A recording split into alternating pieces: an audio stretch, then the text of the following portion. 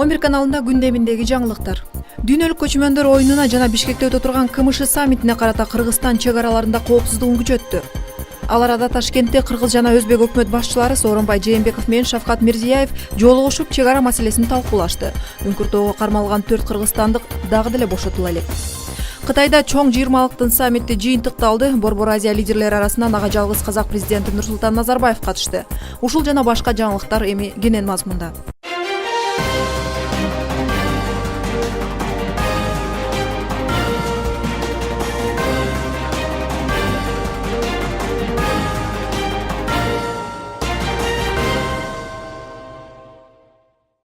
Сирияда катары менен 5 жардыруу болуп, бери дегенде 20 киши каза таап, 50дөй адам жараат алды. Азырынча бир да террордук уюм бул жардыруулар үчүн жоопкерчилик ала элек.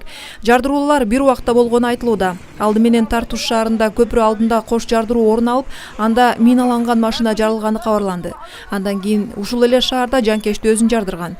Кийинки жардыруулар Хомс шаарында, бир өтпөй Дамаска жакын жерде жана Хасеке шаарында болду. Каза тапкандар жана жарадар болгондордун саны такталууда.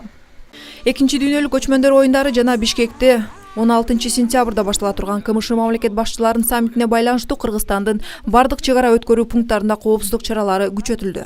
Бул тууралуу мамлекеттик чек ара кызматынан билдиришти. Ага ылайык ушул тапта кыргыз-өзбек чек арасында да көзөмөл бекемдеди. Эске салсак, Өзбекстан менен чек арага 3 сентябрдан баштап убактылуу чектөө киргизилген. Буга Өзбекстандын 1 сентябрда эгемендиктин майрамын белгилеши негиз болгон. Ушул тапта Өзбекстан менен Кыргызстан чек арасынан 3 мамлекеттин жарандары, эл аралык уюмдардын дипломатиялык корпустарынын өкүлдөрү чек арадан кадимки тартипте өтүп жатышат. Кыргызстандын же Өзбекстандын жарандары өз үйлөрүнө кайтып жатса, өткөрүү пункттарынан тоскоолдуксуз өтүшүүдө. Башкаларга чектөө киргизилди. Кыргызстандын премьер-министри Сооронбай Жээнбеков 3 сентябрда Самаркандга Ислам Каримовдун тажыясына барып, ушул эле сапар алкагында Өзбекстандын өкмөт башчысы Шавкат Мирзиёев менен чек ара маселесин талкуулады.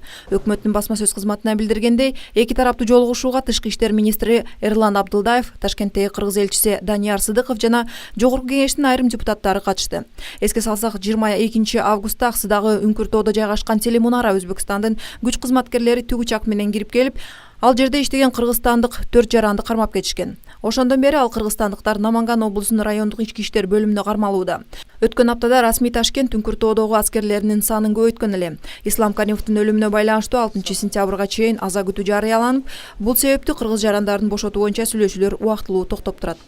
Саламатсызбы, Эмиль мырза. Биз бүгүн ушул Өзбекстандын президенти Ислам Каримовдун каза болгондон кийин ошо Өзбекстанда эмне күтүп турат, ошол тууралуу ошол теманын тегерегинде маек куралы деген элек. Өзбекстандын учурда Өзбекстандын президенти болууга 2 кандидат бар экени маалым. Алардын бири ушу Ислам Каримовдун кенже кызы Лола Каримова экен, экинчиси Өзбекстандын премьер-министри Шавкат Мирзиёев экен. Сиз кандай деп ойлойсуз, ушул Өзбекстандын президенти ким болот жана өлкөнүн ички тышкы саясаттары кайсы багытта өзгөрүлүшү мүмкүн да? Албетте, азыр аты аталып аткан бир нече кандидаттар бар, бирок алардын ичинде эң эле маанилүү, чыныгга жакыныраак болушкону ошо премьер-министр Шавкат Мирзиёев болуп эсептейм. Лола Каримова деген бул анчейин мааниге да ээ эмес, ар кандай билбеген кишилер айтып атса керек. Бирок Шавкат Мирзиёевдин негизи бүгүнкү күндө президент болоору аныкталып деле калды десек болот. Анан ошого жараша биз ушул кишиден карап эсептеп сереп салууга баштасак болот да ишти. Чынында бул киши премьер-министр болуп 13 жылдан бери иштеп атыптыр. Ошо 13 жыл президент Каримовдун астында, кол астында иштегени бул чоң мааниге ээ. Анткени бул деген ошол Каримов кандай саясат жүргүзүп аткан болсо, тышкы жана ички саясатта Мирзиёев ошого түздөн-түз катышы болгон, ошонун негизинде тажрыйбасы ашып такшалган киши болуп эсептелет. Ошондуктан менимче өзгөчө тышкы саясатта бул кишинин жүрүшү, кадамдары ошол Каримовдун линиясынан алыс кетпечүдөй. Мүмкүн кайсы бир деңгээлде тактикасы, стили башкачараак болушу мүмкүн. Анткени чынында Каримовдун авторитети да башкача, салмагы такыр башка деңгээлде болчу. Бирок премьер Мирзиёев эгер президенттикке келген күндө ошондой тажрыйбаны алууга дагы бир канча убакыт кетет. Бирок стратегиялык жактан негизги багыттарды алып карасак, менимче көп деле өзгөрүүнү күтүүгө болбойт. Ислам Каримов 27 жыл бою Өзбекстанды башкарыптыр. Ошол тууралуу да кыскача оюңуз менен бөлүшүп кетсеңиз. Ооба, азыр эми өлгөндөн кийин айтып атышкандай, бул киши Орто Азиядагы эң салмактуу, эң тажрыйбалуу, кыйын саясатчылардын бири болгон, башкаруучулардын 27 жылдын ичинде анын 25 жылы ушул Советтер Союзу урагандан баштап Өзбекстан эгемен мамлекетин куруудагы эң чоң рол ойноду. Дээрлик азыр айтсак, Өзбекстан мамлекет катары ошол Ислам Каримовдун концепциясы боюнча, ошол кишинин ою кандай болгон болсо, ошол ойдон мамлекет курулду десек болот. Анткени бул мамлекеттин автору деле болуп калды да. Бирок ошого кантип жетишүүнүн жолдорун карасак, албетте азыр баарыбыз билгендей өтө күч куралдарына көбүрөөк таянган, жана сын пикирлерге, саясий оппозицияга көп орун бере бербеген киши болуп келди. Эми ошолордун баарысы канчалык өзгөрүшү мүмкүн, бул биз үчүн кызык жана ачык бойдон калган суроолор. Сиз кандай деп ойлойсуз? Ислам Каримов каза болгондон кийин жалпы эле Орто Азияда саясий абал өзгөрөбү? Эми айта кетчү нерсе, Ислам Каримовдун убагында Өзбекстан менен болгон карым-катнаштар бардык эле кошуналары менен анчейин оңой болгон эмес. Чынында эң жакын деп эсептеген, дос деп эсептеген президент Назарбаев болсо, Өзбекстан менен Казакстандын ортосунда да бир нече пикир келишпестиктер, талаш суроолор болуп жүргөн да. Биз үчүн, мисалы үчүн, Кыргызстан менен Тажикстан менен Өзбекстанга болгон байланышыбыз, мамилебиз бир топ орчун, оор кырдаалда болуп келген.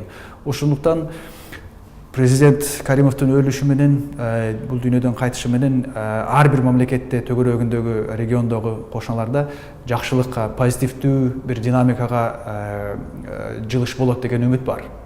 Аны ошол эле кечээ көрүстөнүн алдында, жерге берердин алдында Тажикстандын президенти Эмомали Рахмон ачык айтып кетти.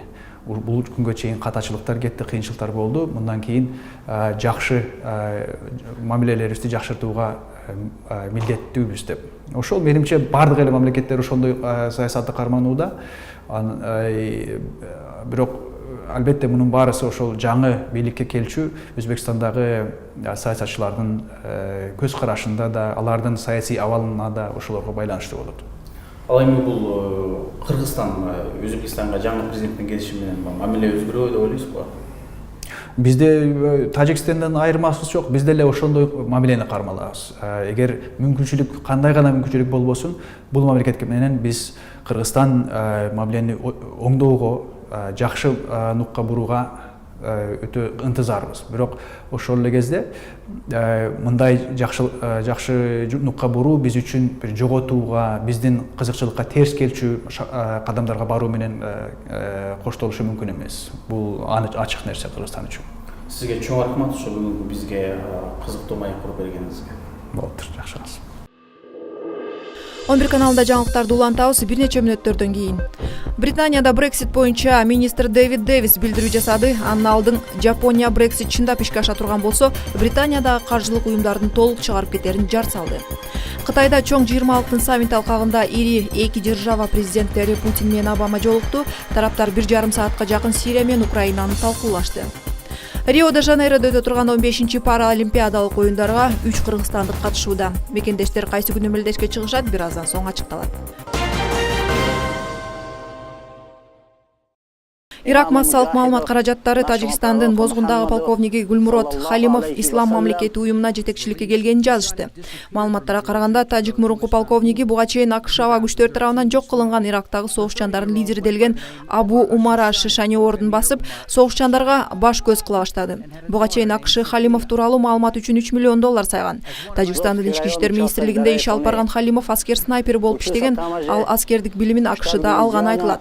АКШ мам департаменти Халимов Тейлер ал коркунучтуу террорчу атап, буунун коопсуздук кеңешинин комитети тажик мурунку полковникке санкциялар тизмесине киргизди. Кытайда чоң 20-лыктын саммити өтүп, ага дүйнө лидерлери катышууда. Борбор Азия өлкөлөрүнүн президенттери ичинен саммитке Казак президенти Нурсултан Назарбаев катышууда. Казак массалык маалымат каражаттары билдиргендей, Назарбаев саммит алкагында АКШ президенти Барак Обама менен жолукту. Ошондой эле казак лидери Британия жана Канада өкмөт башчылары Тереза Мэй жана Джастин Трюдо менен кездешти. Ханчжоу шаарындагы саммитке ошондой эле орус президенти Путин, Франция президенти Олланд, немис канцлери Меркель, түрк президенти Эрдоган катышууда. G20 саммити 4-5 сентябрда өтүп, анын катышуучулары дүйнөлүк экономика маселелерин талкуулап жатышат. Саммит алкагында Орусия жана АКШ президенттери Владимир Путин менен Барак Обама жолугуп, 1 сааттан ашык убакыт Сирия жана Украинаны талкуулашты. Кремль жолугушуу ийгиликтүү өткөнүн белгиледи. Бүгүн бүткүл дүйнөлүк көчмөндөр оюндарынын жүрүшүндө спорттун 7 түрү боюнча сынак өттү. Алар көкбөрү, тогуз коргоол, ордо, салбурун, күрөш жана мангала оюндары. Бүгүнкү күндө Чолпон-Атада, Ысык облусунда спорттук объектилерде спорттук мелдештер өтүп жатат. Газпром спорттук объектисинде түркмөн күрөшү жана Азербайжан күрөшү боюнча мелдештер өттү. Азыркы учурда түркмөн күрөшү жыйынтыгы чыгып, жеңүүчүлөр такталды. Андан тышкары Чолпон-Ата ипподромунда көкбөрү боюнча мелдештер өтүп жатат. Эртең менен Америка Кошмо Штаты менен Кытай командасы ойноду, андан кийин Россия, Казакстан командасы, ошондой эле Кыргызстан, Башкирия командасынын оюну кирип жатат. Андан сырткары Кырчын жайлоосунда салбурун оюну болуп жатат. Интеллектуалдык оюндар жана ордо оюну Чолпон-Атада өтүп жатат.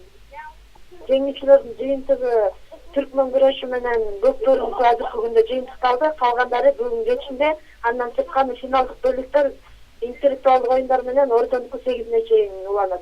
Орусиянын курама тайпасы 2 күн жүргөн мелдеште атаандаштарынан көз көрүнө алдыга озуп чыкты. Учурда орус спортчулары 10 алтын, 2 күмүш жана 1 коло медалды утуп алышты. Ал эми Орусиядан кийин эле оюндарда мыкты көрсөткүч көрсөтө алышкан коңшу казак спортчулары болушту. Казакстандын спортчулары өлкөнүн капчыгына 4 алтын жана 2 коло медаль алып келди. Үчүнчү болуп күчтүүлөрдүн күчтүүсү Грузиянын курама командасы. Учурда грузин спортчулары 3 алтын, 1 күмүш медальдардын ээси. Кыргыз спортчулары өлкөнүн капчыгына 1 алтын, 3 күмүш жана 10 коло медаль алып келгенге жетишти. Жалгыз алтын медальды спортчу айым Ольга Шайнурова таяк тартышуу мелдешинен утуп алды.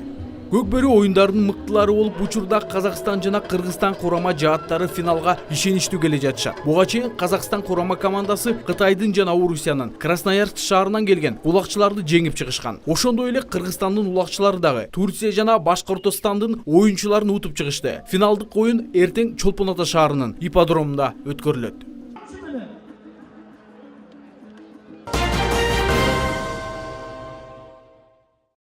Рио-де-Жанейрода өтө турган 15-чи паралимпиадалык оюндарга катыша турган кыргызстандык спортчулардын мелдешке катышуу убактылары белгилүү болду. Эске салсак, Риодо паралимпиадалык оюндар 7-18 сентябрда өтөт. Ага Кыргызстандан 3 спортчу катышат. 10 сентябрда саат 7:00 54 кг салмакка чейинки пауэрлифтинг боюнча мелдештерге Эсенкалиев катышат. 15 сентябрда эртең мененки 4:00 107 кг салмакка чейинки пауэрлифтинг боюнча мелдешке Жыргалбек Орозбаев чыгат. 12-16 сентябрда таңкы 04:00 жана 11:35 таш ыргытуу боюнча мелдештерге Арстанбек Базаркулов катышат.